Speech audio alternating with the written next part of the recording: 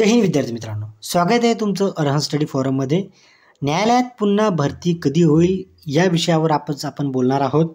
न्यायालयात अतिरिक्त ताण आहे, कर्मचाऱ्यांची संख्या जी आहे ती खूप कमी आहे। परत एकदा भरती जी आहे त्याची संख्या जी आहे ती कधी होईल, ती भरती प्रक्रिया कधी निघेल, त्याच्या सविस्तर चर्चा आपण या ठिकाणी करणार आहोत। तत्पूर्वी जे विद्यार्थी नवीन असतील त्यांनी चॅनलला सबस्क्राईब करायचं आहे, जेणेकरून तुम्हाला अशाच पद्धतीने ज्या तुम्हाला उपयुक्त अशा ज्या इन्फॉर्मेशन आहेत ते तुम्हाला इथे उपलब्ध असतील। विद्यार्थी मित्रांनो, न्यायालयात पुन्हा भरती कधी हा प्रश्न तुमच्या डोक्यात असला पाहिजे आणि ती भरती प्रक्रिया यायला पाहिजे।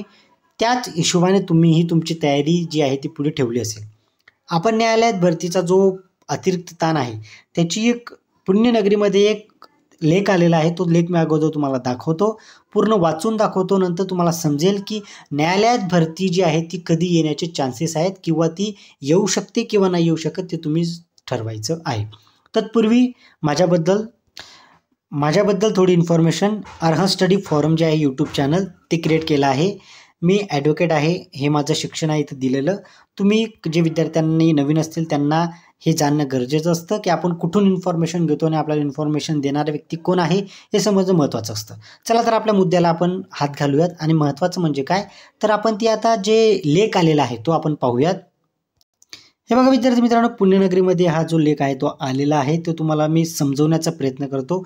न्यायालयीन कर्मचाऱ्याच्या अपुऱ्या संख्येचा विषय पुन्हा ऐरणीवर किंवा पुन्हा तो एकदा परत चर्चेत आलेला आहे। न्यायालयाच्या कामकाजावर गंभीर परिणाम। उच्च न्यायालयाचं असं स्टेटमेंट आहे, उच्च न्यायालयाचं सांगणं आहे की न्यायालयाच्या कामकाजावर जे गंभीर परिणाम होत आहेत जे कर्मचाऱ्यांच्या अपुऱ्या संख्येमुळे। मग मुंबई उच्च न्यायालयाने जे आहेत, मुंबई उच्च न्यायालयातील कर्मचाऱ्यांच्या अपुऱ्या संख्येचा विषय पुन्हा ऐरणीवर आला आहे। न्यायालयीन कर्मचाऱ्याच्या कमतरतेच्या परिणामाने न्यायालयीन कामकाजावर परिणाम होत असल्याने उच्च न्यायालयाने शुक्रवारी राज्य सरकारच्या निदर्शनास आणून दिलं। तसंच उच्च न्यायालयाच्या महानिबंधकांनी रजिस्ट्री या संदर्भात दिलेल्या प्रस्तावावर त्वरित निर्णय घेण्याचे आदेशही न्यायालयाने सरकारला दिलेले आहेत। आता सरकारने ते सुद्धा लवकरात लवकर भरती प्रक्रिया राबवायची आहे। न्यायालयीन कर्मचाऱ्याच्या कमतरतेच्या मुद्द्यावर उच्च न्यायालयाने स्वतःहून दखल केलेल्या याचिकेवरील सुनावणी दरम्यान न्यायमूर्ती अजय गडकरी, न्यायमूर्ती कमल खाता खंडपीठाने उपरोक्त आदेश दिले आहेत। आम्हाला कर्मचाऱ्याच्या अपुऱ्या संख्येविषयी अधिक विलंब जो आहे तो चालणार नाही असं त्यांनी सरकारला ठणकवलं आहे आणि हा प्रश्न जलद गतीने सोडवला जाईल याकडे आम्ही जातीने लक्ष देऊन प्रश्न मार्गी लावू असंही खंडपीठाने म्हटलं आहे। जर खंडपीठाने इतकं चांगलं जर ते जातीने लक्ष देत असतील तर भरती प्रक्रिया होऊ शकते।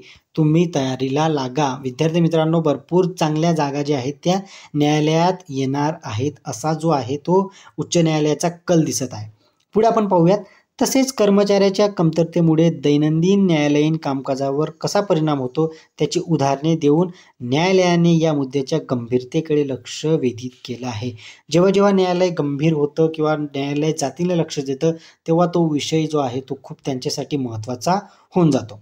तसंच केवळ कर्मचाऱ्यांची नियुक्ती केल्याचे संकट थांबणार नाही, आपल्यालाही भविष्याचा विचार करायला हवा। त्यासाठी आधुनिक तंत्रज्ञानाची माहिती जाण असलेल्या कर्मचाऱ्यांची इथं नियुक्ती होणे काळाची गरज असल्याचेही न्यायालयाने नमूद केलेले आहे। म्हणजे तुम्हाला जे विद्यार्थी सॉफ्टवेअर असतील, इंजिनियर असतील किंवा सिस्टम इंजिनियर असतील त्या विद्यार्थ्यांच्या जागासुद्धा निघू शकतात। तसंच येणाऱ्या काळात उच्च न्यायालयाची नवीन आधुनिक इमारत बांधण्यात येईल। आता खटल्याचे स्वरूप बदलत आहे, विशेषतः व्यावसायिक खटले। अशा वेळी तांत्रिकदृष्ट्या पात्र कर्मचाऱ्यांच्या भरती संदर्भात विचार करावा लागणार आहे असं न्यायालयाने म्हटलं आहे। तत्पूर्वी शुक्रवारी सुनावणी दरम्यान कर्मचाऱ्यांच्या अपुऱ्या संख्येचा तपशील प्रस्ताव डिसेंबर 2024 मध्ये राज्य सरकारकडे पाठवण्यात आल्याची माहिती उच्च न्यायालयाच्या रजिस्ट्रीच्या वतीने वकील आदित्य उदेशी यांच्यासह वकील PM पळशीकर यांनी खंडपीठाला दिली।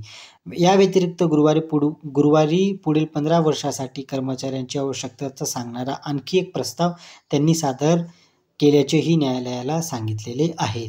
अशा वेळी जे आहेत महत्त्वाचं म्हणजे काय तर 2024 मध्ये त्यांनी सरकारला सांगितलं होतं की तुम्ही पदभरती काढा आणि अपुऱ्या संख्येचे जे आहेत जजची संख्या असेल, तुमची लिपिकची संख्या असेल, तुमचे स्टेनोग्राफरची असेल, तुमचे शिपाईची असेल, तुमचे अजून टेक्निकल जे आहेत जे लागतात न्यायालयामध्ये त्या लोकांची संख्या असेल, अशा संपूर्ण ज्या लोकांची पदभरती तुम्ही लवकरात लवकर केली गेली पाहिजे. आणि डिसेंबर 2024मध्ये एका अवमान प्रकरणाच्या सुनावणी दरम्यान न्यायालयीन कर्मचाऱ्यांच्या अपुऱ्या संख्येमुळे न्यायालयीन कामकाजात येणाऱ्या व्यत्ययाची न्यायालयाने गंभीर दखल घेतली आणि स्वतःहून याचिका दाखल केली होती. त्यामुळे सुनावणी दरम्यान अपुऱ्या कर्मचाऱ्यांमुळे न्यायालयाचे कामकाज विस्कळीत होत आहे. उदाहरणार्थ बऱ्याच वेळा फायली सापडत नाहीत किंवा शोधल्या जात नाहीत. रॅक, स्टोरेज सुविधांचा अभावी फायली जमिनीवरच ठेवल्या जातात. शिवाय जमिनीवरही जागा नसते. अशा वेळी प्रकरणं शोधणे किंवा न्यायालयाचे कामकाज करणे हे त्यांना खूप कठीण जात आहे.